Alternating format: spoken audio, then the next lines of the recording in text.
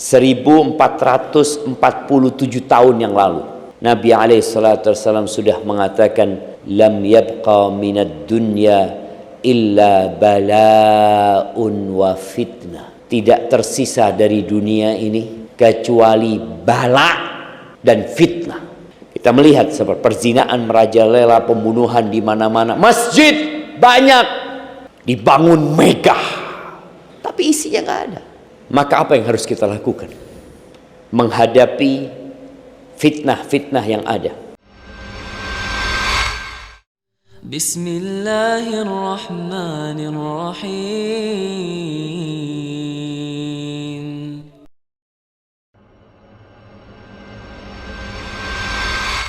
Jamaah rahimakumullah, kita hidup di masa yang penuh dengan fitnah, di mana informasi yang disampaikan oleh Nabi SAW terjadi. Nanti akan terjadi seperti ini, akan terjadi seperti ini, akan terjadi seperti ini, dan kita hidup di masa itu. Nabi SAW pernah mengatakan, sinfani min ahli nar lam arahuma. Ada dua termasuk penghuni neraka yang aku belum melihat keduanya. Salah satunya nisaun kasiyatun ariyatun ma'ilatun mumilatun. Kata Nabi SAW, wanita-wanita yang berpakaian tapi telanjang. Berpakaian tapi telanjang. Loh, kok bisa Ustaz? Imam pakaiannya tipis, atau pakaiannya tidak menutupi aurat, atau pakaiannya membentuk tubuhnya.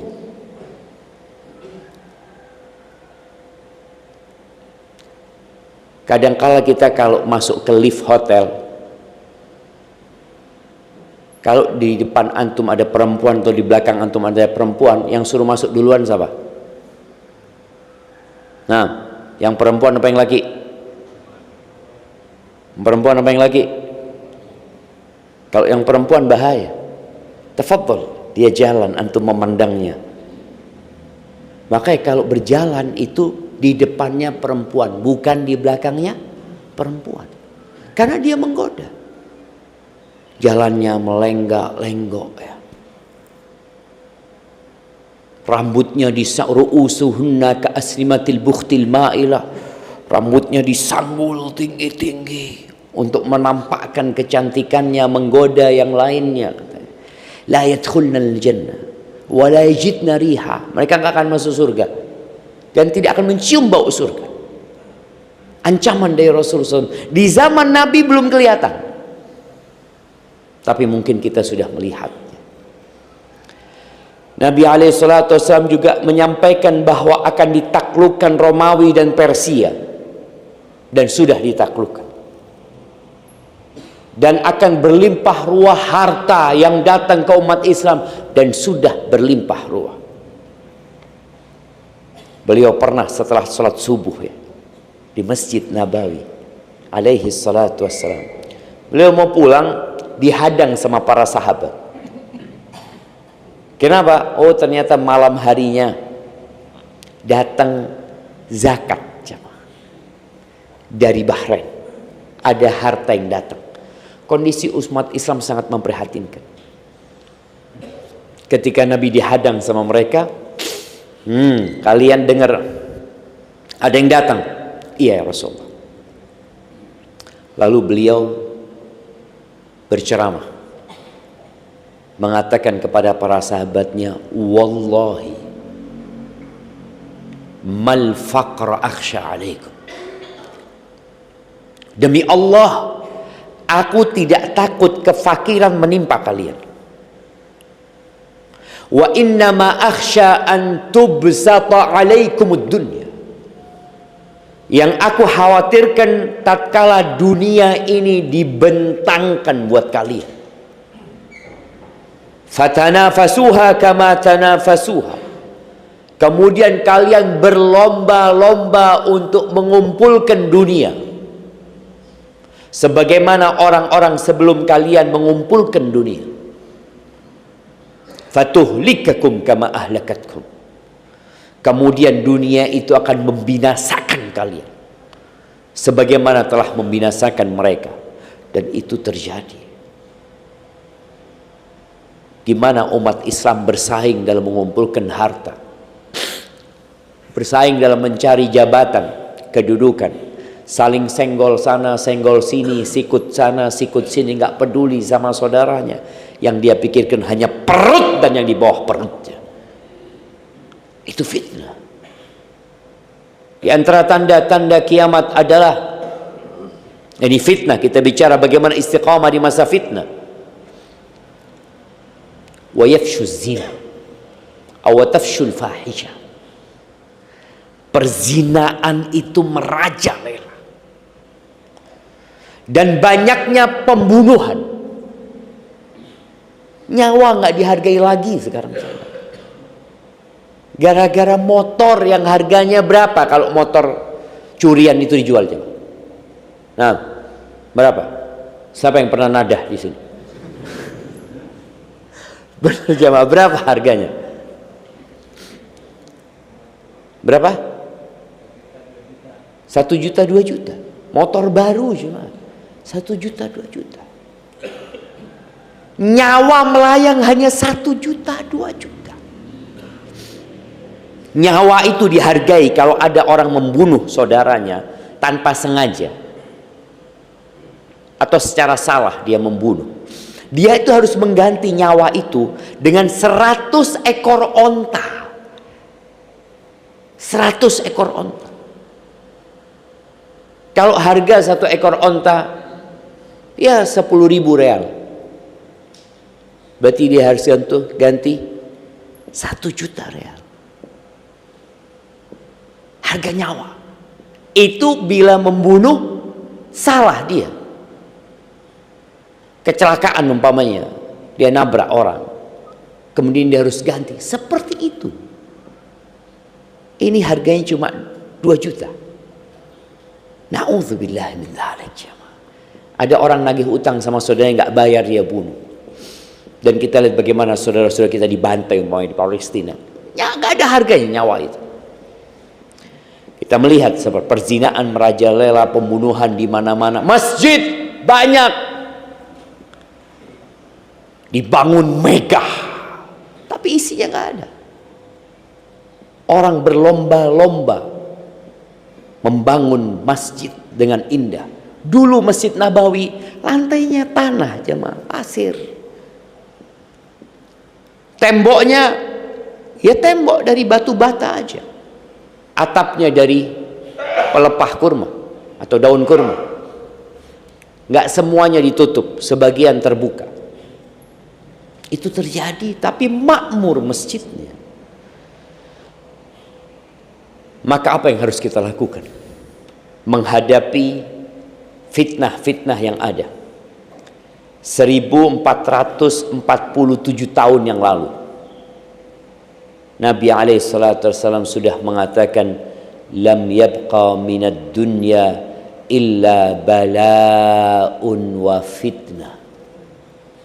Tidak tersisa dari dunia ini kecuali bala dan fitnah. Kemudian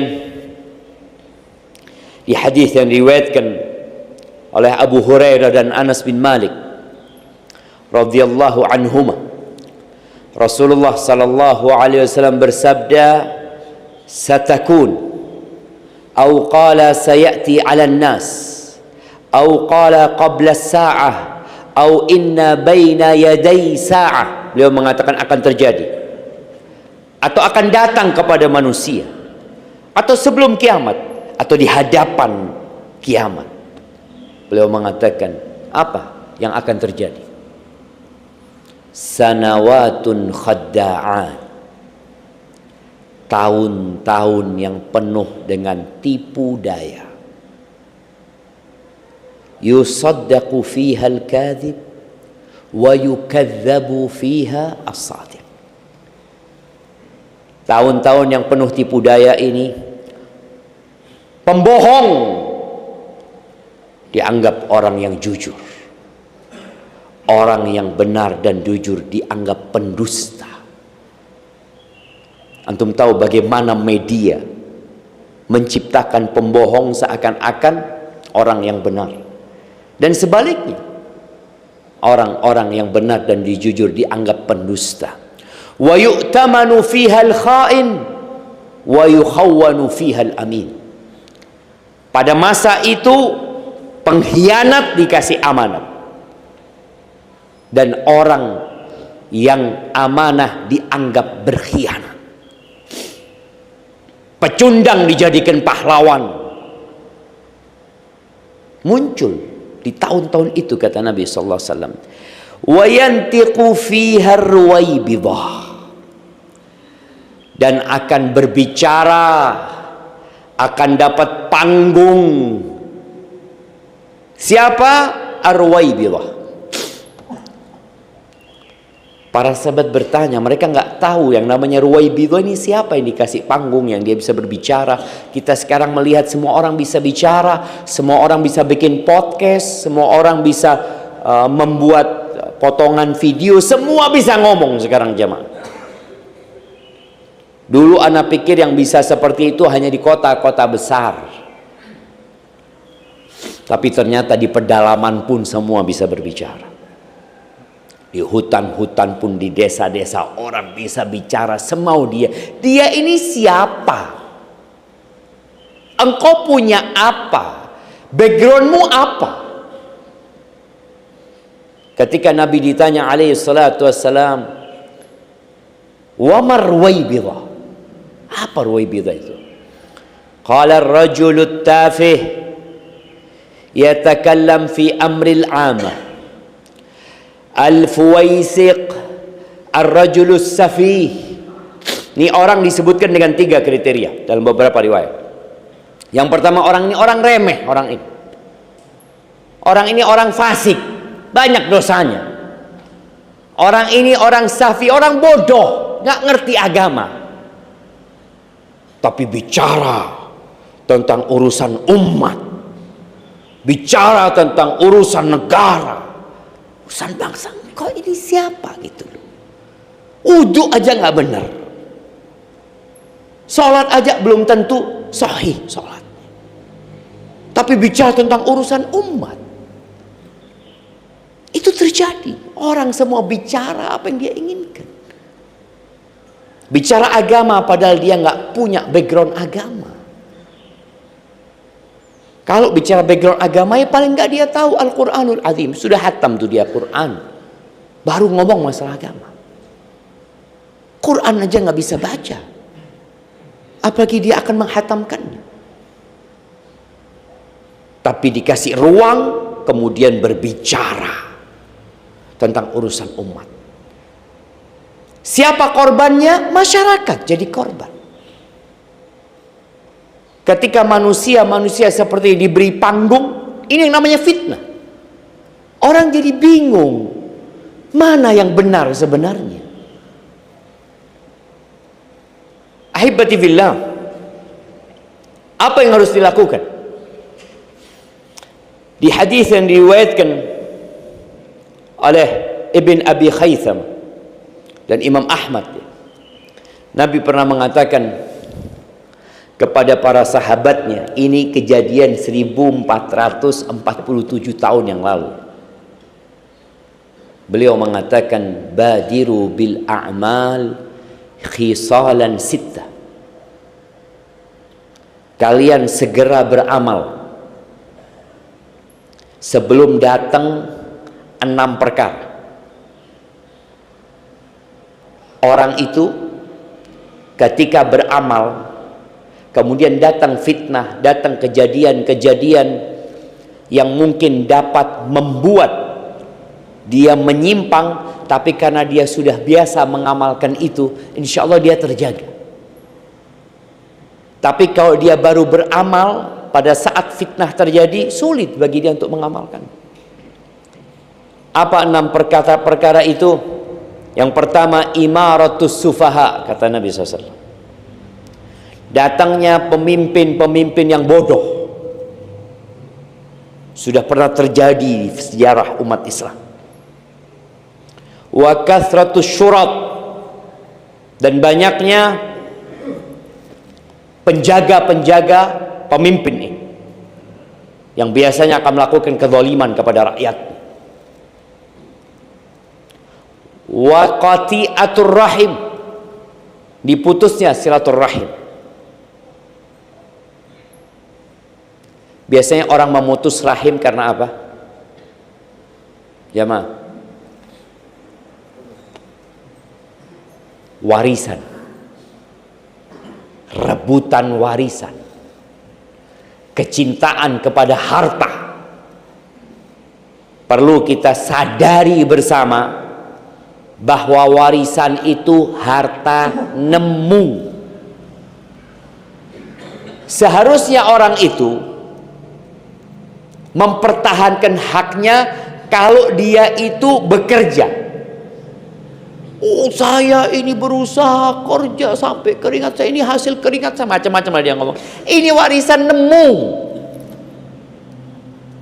Sebutkan 3 cara orang mendapatkan warisan. 3. Hanya ada 3 cara mendapatkan warisan. Nggak ada yang keempat. Sebutkan, anak kasih hadiah yang bisa jawab.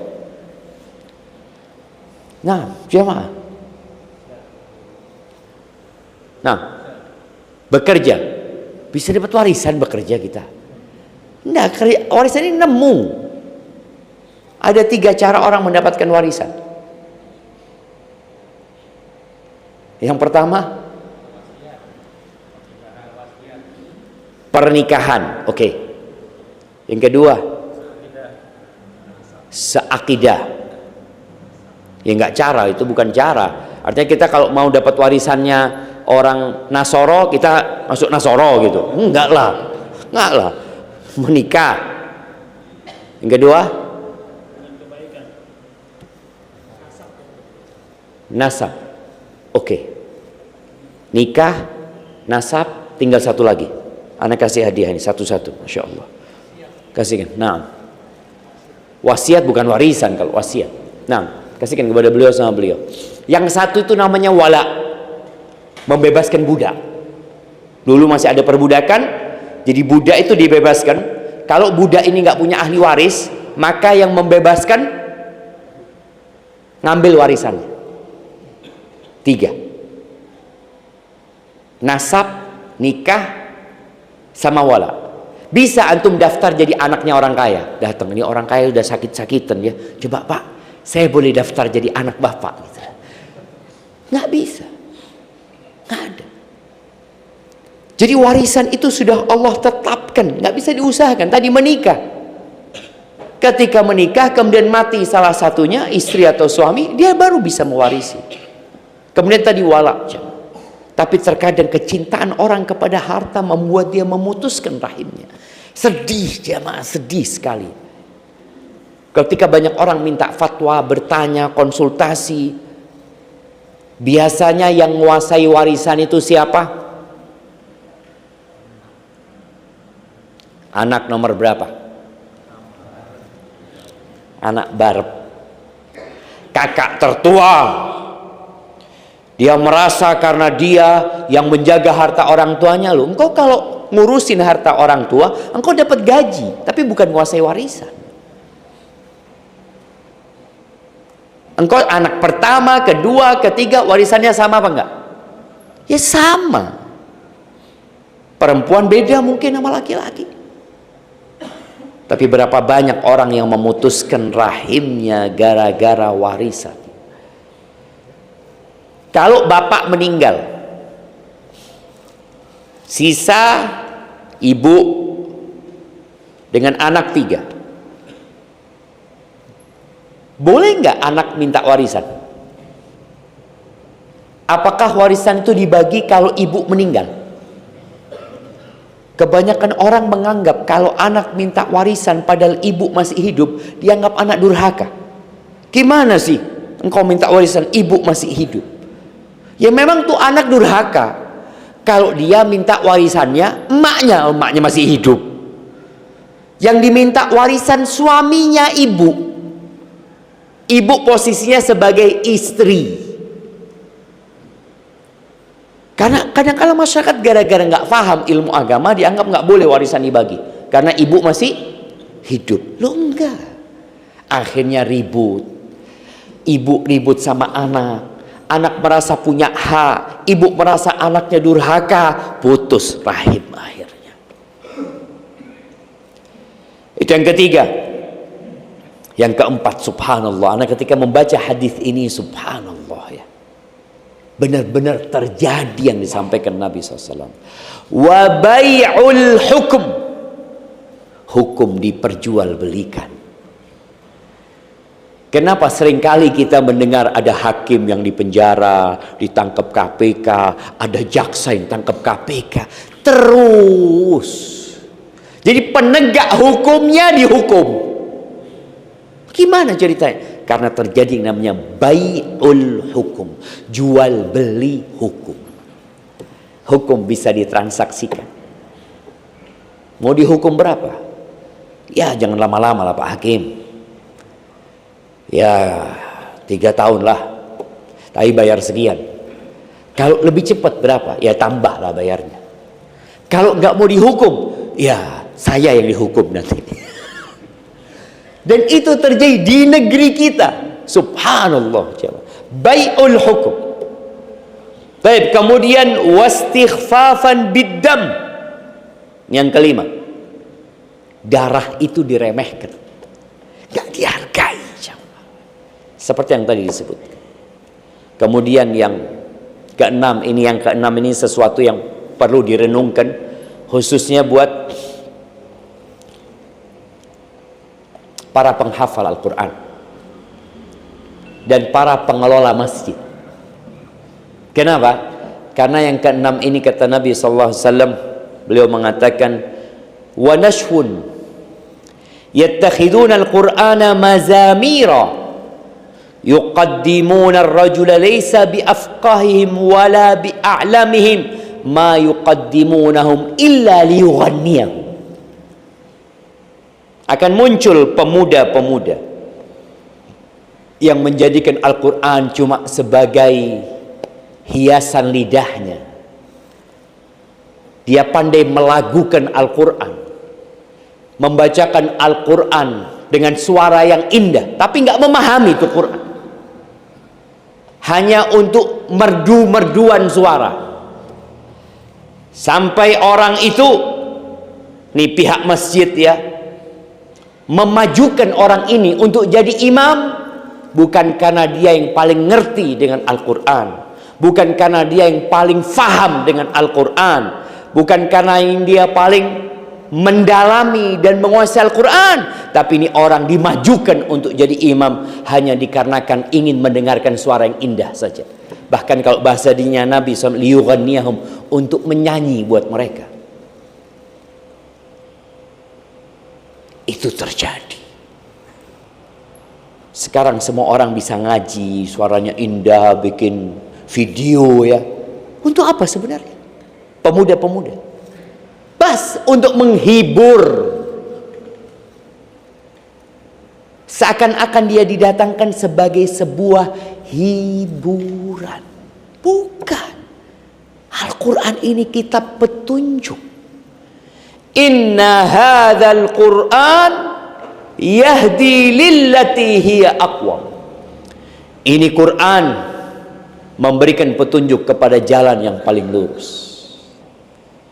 Syahrul Ramadhan alladzi unzila fihi al-Qur'an hudan linnas wa bayyinatin minal huda wal furqan. Quran diturunkan itu sebagai petunjuk, pedoman hidup. Tapi terjadi perubahan. Apa yang harus kita lakukan di masa yang penuh dengan fitnah ini? Perbanyak doa, insyaallah. Karena supaya kita bisa istiqamah, ya hanya dengan memohon kepada Allah. Kenapa kita nggak boleh berhenti mengatakan ihdinas siratal mustaqim? Padahal tadi malam kita udah baca. Antum baca nggak waktu sholat isya? Baca. Sholat witir? Baca. Kemarin sholat maghrib? Ya baca lah Ustaz. Asar? Baca. Nah, karena termasuk rukun sholat itu membaca Al-Fatihah. Dan di situ ada ihdinas siratal mustaqim.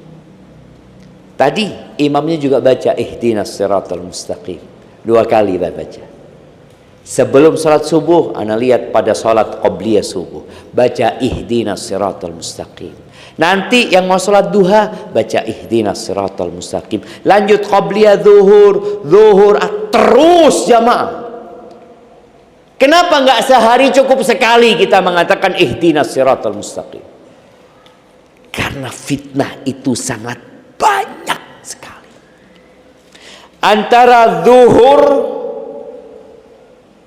Antara subuh dengan zuhur, boleh jadi ada fitnah yang membuat sebagian kita kemudian menyimpang dari jalan agama. Maka dia butuh pertolongan Allah Azza wa Jalla. Dan orang itu ketika berilmu, dia semakin takut sama Allah. Makanya ketika Allah menyebutkan doanya orang-orang yang ilmunya mendalam, mereka mengatakan Rabbana di surat Ali Imran ya, di ayat 6 insyaallah. Rabbana la tuzigh qulubana ba'da idh hadaitana wa hab lana min ladunka rahmah innaka antal wahhab. Wahai Rabb kami, jangan engkau palingkan hati kami ya Allah setelah engkau memberikan petunjuk kepada kami. Karuniakan kepada kami dari sisimu rahmat. Engkau maha pemberi karunia. Minta. Nabi Ibrahim berdoa mengatakan wajnubni wa baniya an na'budal asnam. Ya Allah, hindarkan aku dan anak keturunanku dari menyembah berhala-berhala. Di masa fitnah, ada sebagian orang yang mungkin bajunya masih islami, penampilannya masih islami, tapi keyakinannya sudah kesyirikan. Mungkin, ya mungkin. Cuma pakaian, ganti pakaian itu mudah sekali, tinggal beli untuk baju, pakai. Seorang wanita, dia mau pakai jilbab, tinggal beli, dia pakai. Tapi apakah dia akan terus istiqomah di atas jilbabnya? Belum tentu. Belum tentu. Boleh jadi ada godaan-godaan yang membuat dia membuka jilbabnya, membuka pakaiannya, bukan hanya jilbabnya jamaah, bukan cuma kerudung. Maka berdoa memohon kepada Allah. Di antara doa yang paling banyak dibaca Nabi sallallahu alaihi wasallam, ya muqallibal qulub tsabbit qalbi ala dinik. Wahai yang membolak-balikan hati, tetapkan hatiku di atas agamamu. Doanya Nabi Yusuf, tawaffani musliman wa alhiqni bis salihin. Matikan aku dalam kondisi Islam. Siapa yang menjamin antum semua mati dalam kondisi Islam? Nggak ada jamaah. Dan setan tidak berhenti untuk menggoda manusia sampai mati. Selama ruh masih di kandung badan, setan masih bisa menggoda.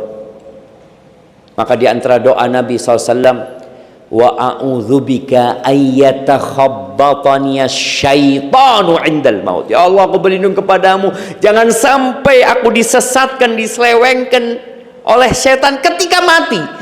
Artinya selama hidup jadi orang soleh, mati datang setan dan menggoda dia, kemudian dia terjebak dalam godaan setan. Mungkin. Maka perbanyak doa, isi waktu antum dengan berdoa. Shaddad ibn Aus, pernah Nabi memanggil dia, ya Shaddad, ya Shaddad, wahai Shaddad, idza ra'aitan nas yaknizuna adh-dhahaba wal fiddah, kalau engkau sudah melihat nanti, ini belum terjadi, nanti apabila engkau melihat manusia sudah berlomba-lomba menumpuk emas dan perak, manusia sudah berusaha untuk memperkaya dirinya, menimbun hartanya, nggak lagi harta dibawa mati sama dia, tapi hanya ditimbun, dikumpulkan. Berapa banyak orang yang kerjanya hanya melihat nomor rekeningnya. Dulu datang ke ATM, sebelum ada handphone, datang ke ATM.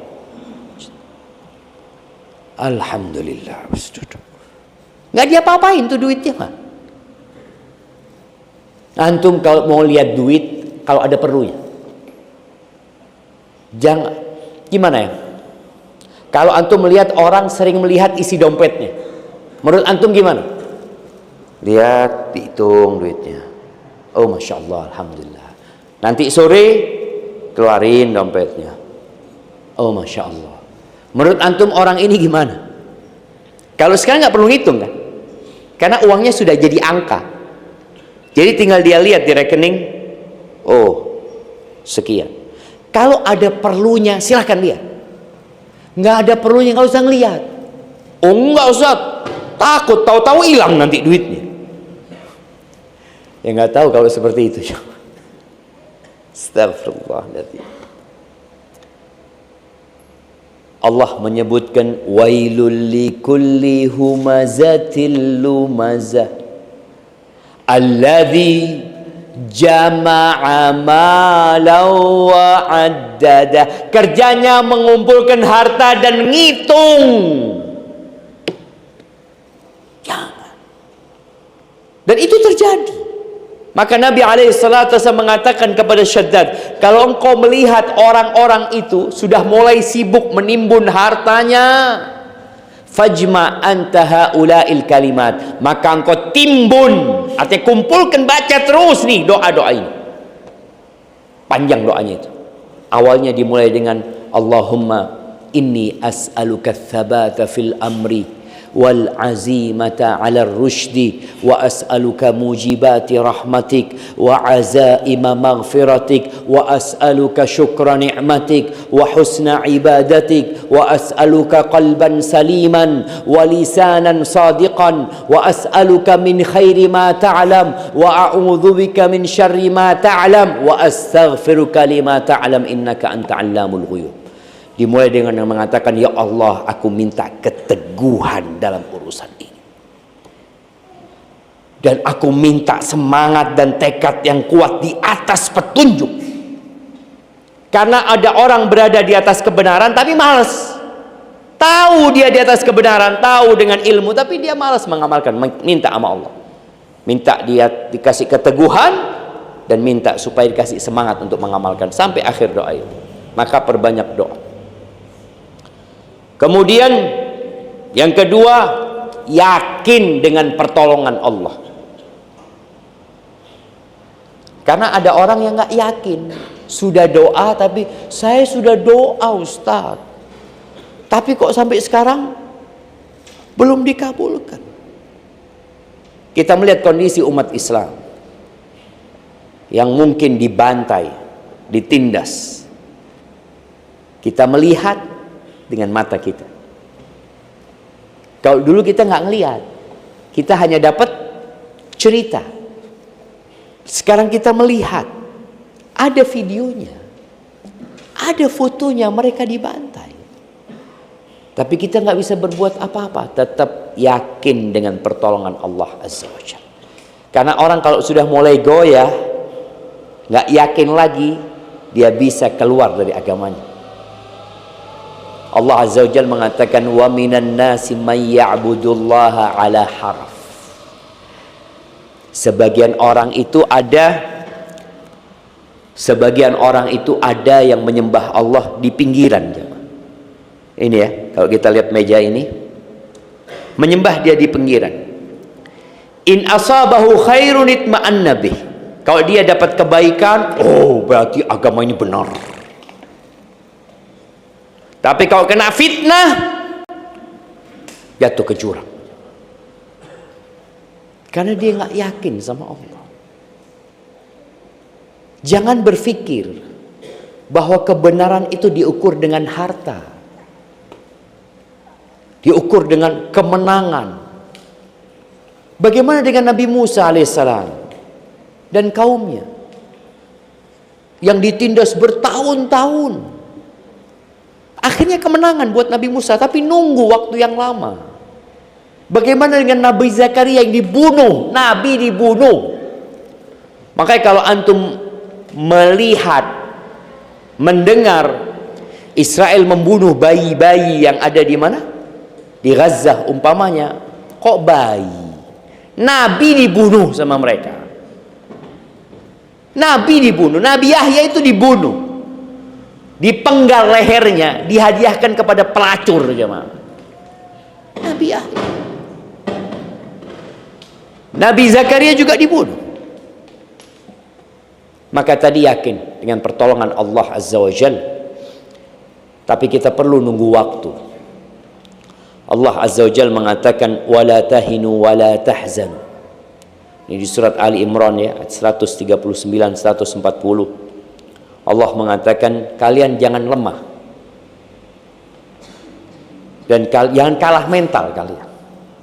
Dan jangan cemas. Jangan sedih. Wa antumul a'laun in kuntum mu'minin. Kalian ada di atas kalau kalian beriman. Asalkan kalian beriman. Iyamsaskum qarhun faqad massal qauma qarhun mithlu. Ini ayat turun setelah kekalahan umat Islam pada perang Uhud. Umat Islam kalah di perang Uhud. Padahal di situ ada Nabi Muhammad SAW. Di situ ada Abu Bakar. Di situ ada Umar loh. Di situ ada Utsman, di situ ada Ali, di situ ada 10 sahabat yang dijamin masuk surga. Di situ ada Hamzah dan Hamzah pun terbunuh pada waktu itu. Jangan sampai ketika orang nggak yakin, kok kita kan berada di atas kebenaran, kok kita kalah gitu loh. Maka Allah katakan, hidup ini ujian dari Allah Azza wa Jalla. Iyamsashum qarhun, kalau kalian ditimpa kekalahan, ditimpa satu ya luka-luka, maka mereka juga pernah ditimpa yang seperti itu.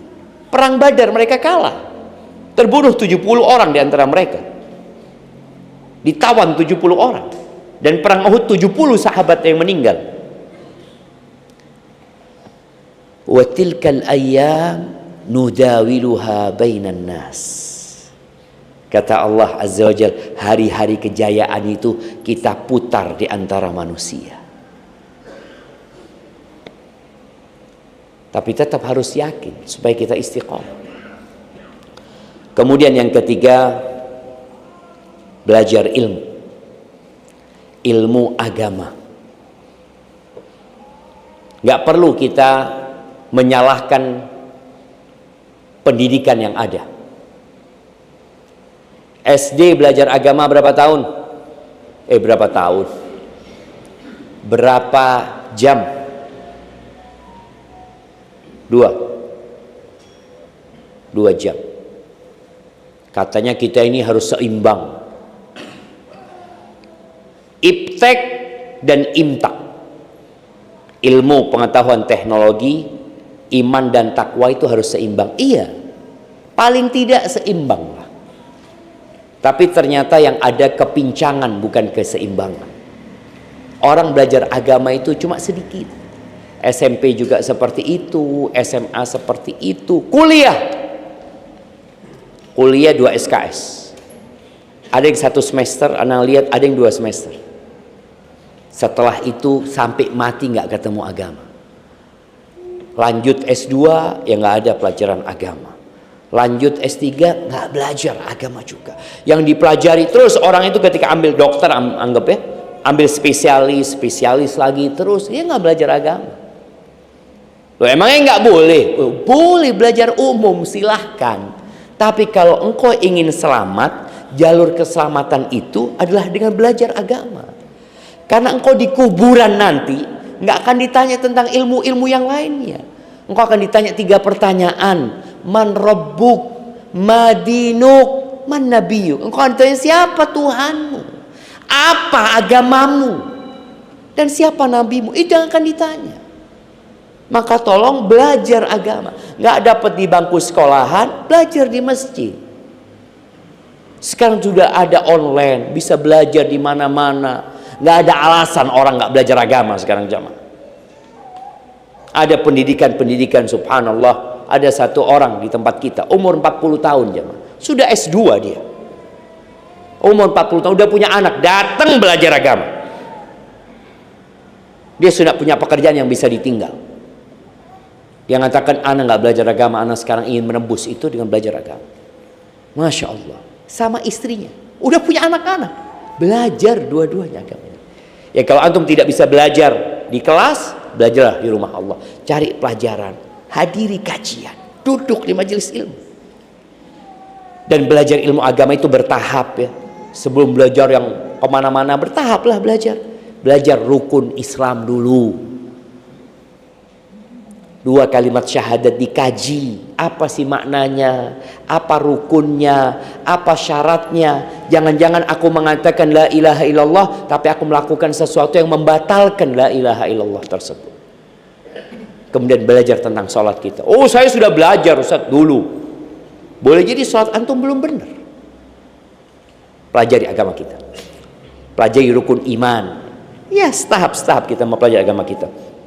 Kemudian yang keempat, yang diajarin, diamalkan dalam kehidupan ini. Berpegang teguhlah dengan sunnah Nabi SAW. Diamalkan tuh sunnah Nabi SAW. Kemudian ikhlas. Ketika beramal hendaklah tidak berharap pujian dan sanjungan. Dan ikhlas ini berat. Ada orang yang istiqomah di atas kebenaran, kita kelihatan sampai mati dia muslim. Ustadz sampai mati ustadz, tapi ternyata dia masuk neraka gara-gara gak ikhlas.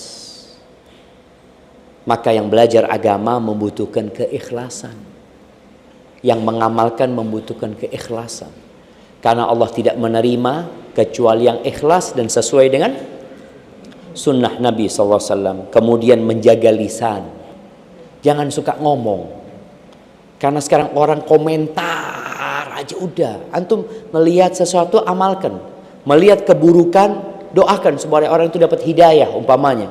Nggak perlu debat di kolom komen yang menyebabkan ya sesama saudara akhirnya tidak bertegur sapa. Udah. Ketika antum merasa ini kurang benar yang disampaikan, ada komentar yang kurang baik, doakan orang itu. Semoga Allah memberikan petunjuk kepada antum. Antum mau nggak dikasih doa semoga Allah memberikan petunjuk? Sebagian orang marah di komentari jemaah. Semoga Allah memberikan petunjuk. Emangnya saya sesat? Bukankah antum tiap hari mengatakan ihdinas siratal mustaqim? Emangnya nggak mau anak tuh ikut doain antum? Ini orang kalau sudah sombong jemaah, nggak mau didoain dapat hidayah. Bicara menjaga lisan ini, Nabi SAW di hadis Anas mengatakan la yastaqimu imanu abdin hatta yastaqima lisanuhu. Imannya seseorang itu nggak akan istiqomah sampai lisannya istiqomah. Wala yastaqimu qalbuh, dan hatinya nggak akan istiqomah sampai lisannya istiqomah. Maka Nabi SAW mengatakan man kana yu'minu billahi wal yaumil akhir falyaqul khairan aw liyasmut. Yang beriman kepada Allah dan hari akhir hendaklah berkata yang baik atau diam.